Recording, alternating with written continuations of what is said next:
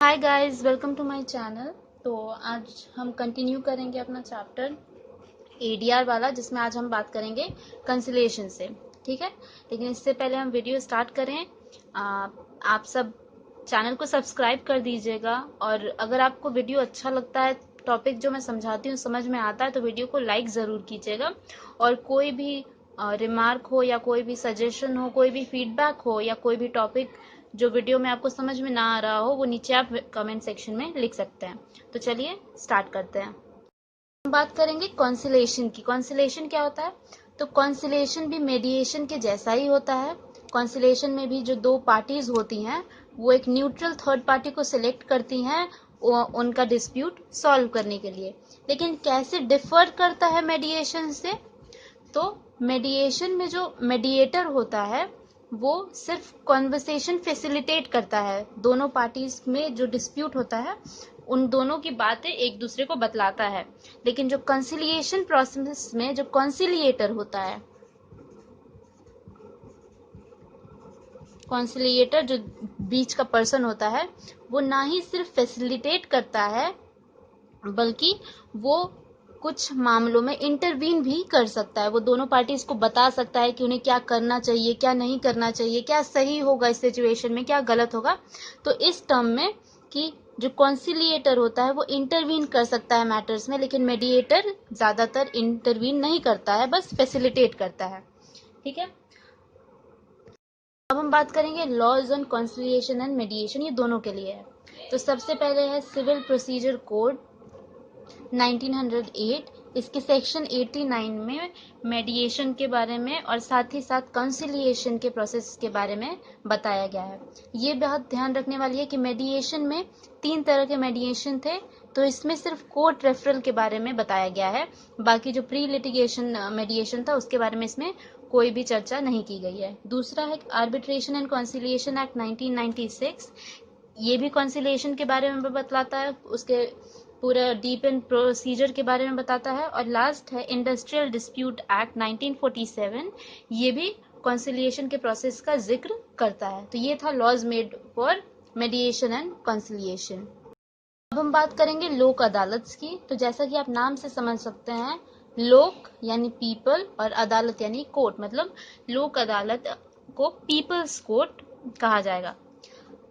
क्या इसमें ध्यान देने वाली बात है कि लोक अदालत एक इंडियन ओरिजिन का इंस्टीट्यूशन है, मतलब ये इंडिया की देन है पूरे ग्लोबल ज्यूरिस्प्रूडेंस को।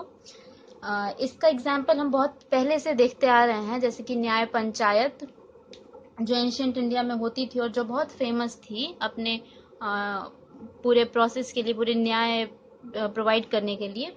वो एक एग्जाम्पल है लोक अदालत का। तो आज के समय में लोक अदालत कैसे चलता है? जो इंस्टीट्यूशनलाइज्ड लोक अदालत होता है, जो गवर्नमेंट रन करती है, उसमें क्या होता है कि लोक अदालत एक ऑफिस होती है जहाँ पे एक चेयरमैन, एक लॉयर और एक सोशल वर्कर उस लोक अदालत के मेंबर्स होते हैं। चेयरमैन कौन हो सकता है?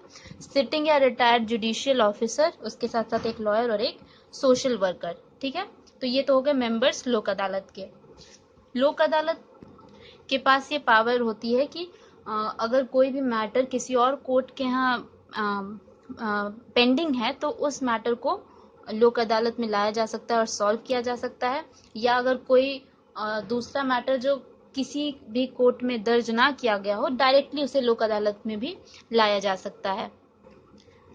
और लोक अदालत की कुछ फीचर्स की बात अगर हम करें, तो एफिशिएंट होता है, जल्दी काम होता है, ट्रांसपेरेंसी होती है, कोई बहुत फॉर्मल पूरी प्रोसीडिंग नहीं होती है, तो लोगों को अच्छे से पता होता है कि क्या हो रहा है, क्या होने वाला है।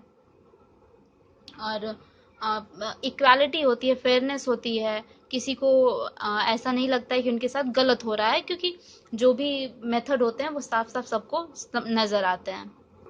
फिर हमारी बुक में दिया है बेनिफिट्स ऑफ लोक अदालत। तो सबसे पहला है कि अब हम बात करेंगे लोक अदालत की। तो जैसा कि आप नाम से समझ सकते हैं, लोक यानी पीपल और अदालत यानी कोर्ट, मतलब लोक अदालत को पीपल्स कोर्ट कहा जाएगा। क्या इसमें ध्यान देने वाली बात है कि लोक अदालत एक इंडियन ओरिजिन का इंस्टीट्यूशन है, मतलब ये इंडिया की देन है पूरे ग्लोबल ज्यूरिस्प्रूडेंस को। इसका एग्जाम्पल हम बहुत पहले से देखते आ रहे हैं, जैसे कि न्याय पंचायत जो एंशियंट इंडिया में होती थी और जो बहुत फेमस थी अपने पूरे प्रोसेस के लिए, पूरे न्याय प्रोवाइड करने के लिए। वो एक एग्जाम्पल है लोक अदालत का। तो आज के समय में लोक अदालत कैसे चलता है? जो इंस्टीट्यूशनलाइज्ड लोक अदालत होता है, जो गवर्नमेंट रन करती है, उसमें क्या होता है कि लोक अदालत एक ऑफिस होती है जहाँ पे एक चेयरमैन, एक लॉयर और एक सोशल वर्कर उस लोक अदालत के मेंबर्स होते हैं। चेयरमैन कौन हो सकता है? सिटिंग या रिटायर्ड जुडिशियल ऑफिसर, उसके साथ साथ एक लॉयर और एक सोशल वर्कर। ठीक है, तो ये तो हो गए मेंबर्स लोक अदालत के। लोक अदालत के पास ये पावर होती है कि अगर कोई भी मैटर किसी और कोर्ट के यहाँ पेंडिंग है तो उस मैटर को लोक अदालत में लाया जा सकता है और सॉल्व किया जा सकता है। या अगर कोई दूसरा मैटर जो किसी भी कोर्ट में दर्ज ना किया गया हो, डायरेक्टली उसे लोक अदालत में भी लाया जा सकता है। और लोक अदालत की कुछ फीचर्स की बात अगर हम करें तो एफिशिएंट होता है, जल्दी काम होता है, ट्रांसपेरेंसी होती है, कोई बहुत फॉर्मल पूरी प्रोसीडिंग नहीं होती है, तो लोगों को अच्छे से पता होता है कि क्या हो रहा है, क्या होने वाला है। और इक्वालिटी होती है, फेयरनेस होती है, किसी को ऐसा नहीं लगता है कि उनके साथ गलत हो रहा है, क्योंकि जो भी मेथड होते हैं वो साफ साफ सबको नजर आते हैं। फिर हमारी बुक में दिया है बेनिफिट्स ऑफ लोक अदालत। सबसे पहले नो कोर्ट फी। लोक अदालत में केस डालने के लिए आपको कोई फीस नहीं देनी पड़ती है, और अगर आपका जो केस है किसी और कोर्ट में पेंडिंग है लेकिन लोक अदालत में तो उसका सोल्यूशन निकल जाता है, सोल्यूशन मिल जाता है, तो आपकी जो कोर्ट में फीस आपने जमा की होगी वो भी आपको रिटर्न मिल जाएगी। ये हमारा पहला बेनिफिट हुआ। दूसरा बेनिफिट है कि no strict application of rules.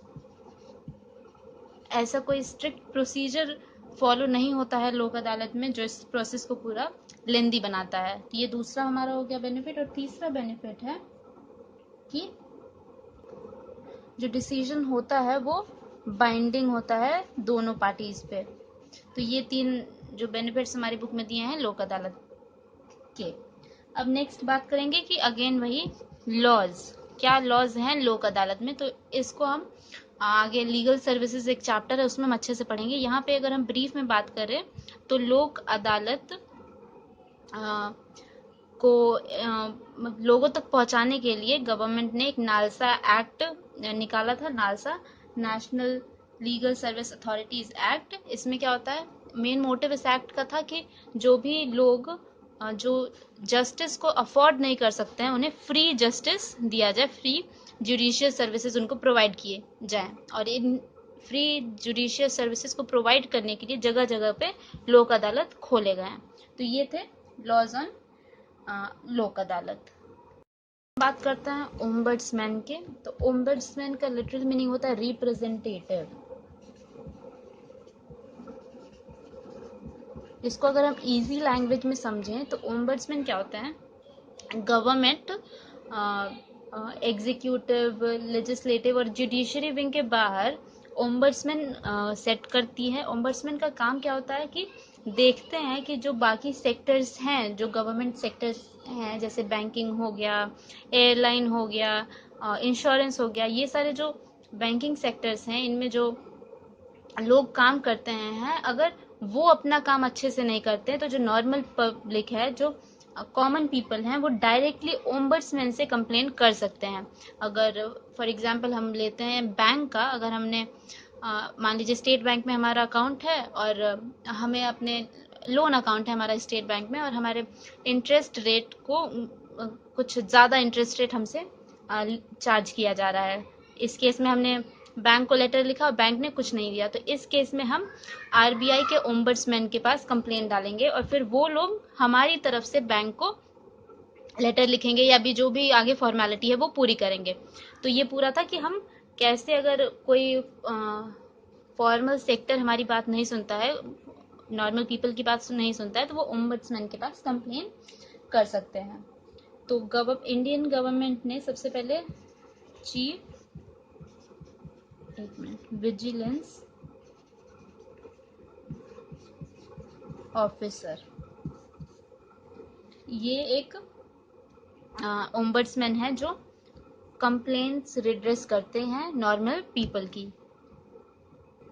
कुछ पर्टिकुलर सेक्टर्स में, जैसे कि बैंकिंग हो गया, इंश्योरेंस हो गया, जो दोनों गवर्नमेंट सेक्टर के भी और प्राइवेट सेक्टर की। तो CVO, चीफ विजिलेंस ऑफिसर, एक ओम्बड्समैन है जो प्राइवेट सेक्टर और पब्लिक सेक्टर के खिलाफ नॉर्मल पीपल की कंप्लेन रजिस्टर करता है। ऐसे ही सेंट्रल विजिलेंस कमीशन सेटअप किया गया था। ये भी तीनों जो ऑर्गन्स हैं गवर्नमेंट के, उनके कोई भी इन्फ्लुएंस से फ्री होता है। तो ऐसी कोई भी प्रॉब्लम नहीं आ सकती है कि कोई मिनिस्टर या फिर कोई ब्यूरोक्रेट इसको कंट्रोल कर सकता है। तो ओम्बड्समैन, इन शॉर्ट हम कह सकते हैं कि ऐसा सिस्टम है जहाँ पे नॉर्मल पीपल प्राइवेट और पब्लिक सेक्टर के जो मैकेनिज्म्स हैं उनके खिलाफ कंप्लेन कर सकते हैं। तो ये था ओम्बड्समैन। इसी के साथ आज की वीडियो ख़त्म करेंगे हम। अगर आपको चैप्टर समझ में आया, टॉपिक समझ में आया आज के वीडियोस के, तो प्लीज़ वीडियो को लाइक कीजिएगा, शेयर कीजिएगा, नीचे कमेंट कीजिएगा, क्योंकि आप जितना लाइक करेंगे उतने वीडियोस बनाने का मन करेगा मेरा। क्योंकि अगर आपका रिस्पॉन्स नहीं आएगा तो फिर मुझे लगेगा ही नहीं कि मेरे वीडियोस किसी के लिए हेल्पफुल हो रहे हैं। और अगर आप चाहते हैं कि मैं वीडियोस बनाते रहूं तो प्लीज़ वीडियो को लाइक कीजिएगा, सब्सक्राइब ज़रूर से कीजिएगा चैनल को, और हो सके जितना ज़्यादा उतना ज़्यादा हमारे चैनल को शेयर कीजिएगा। Thank you.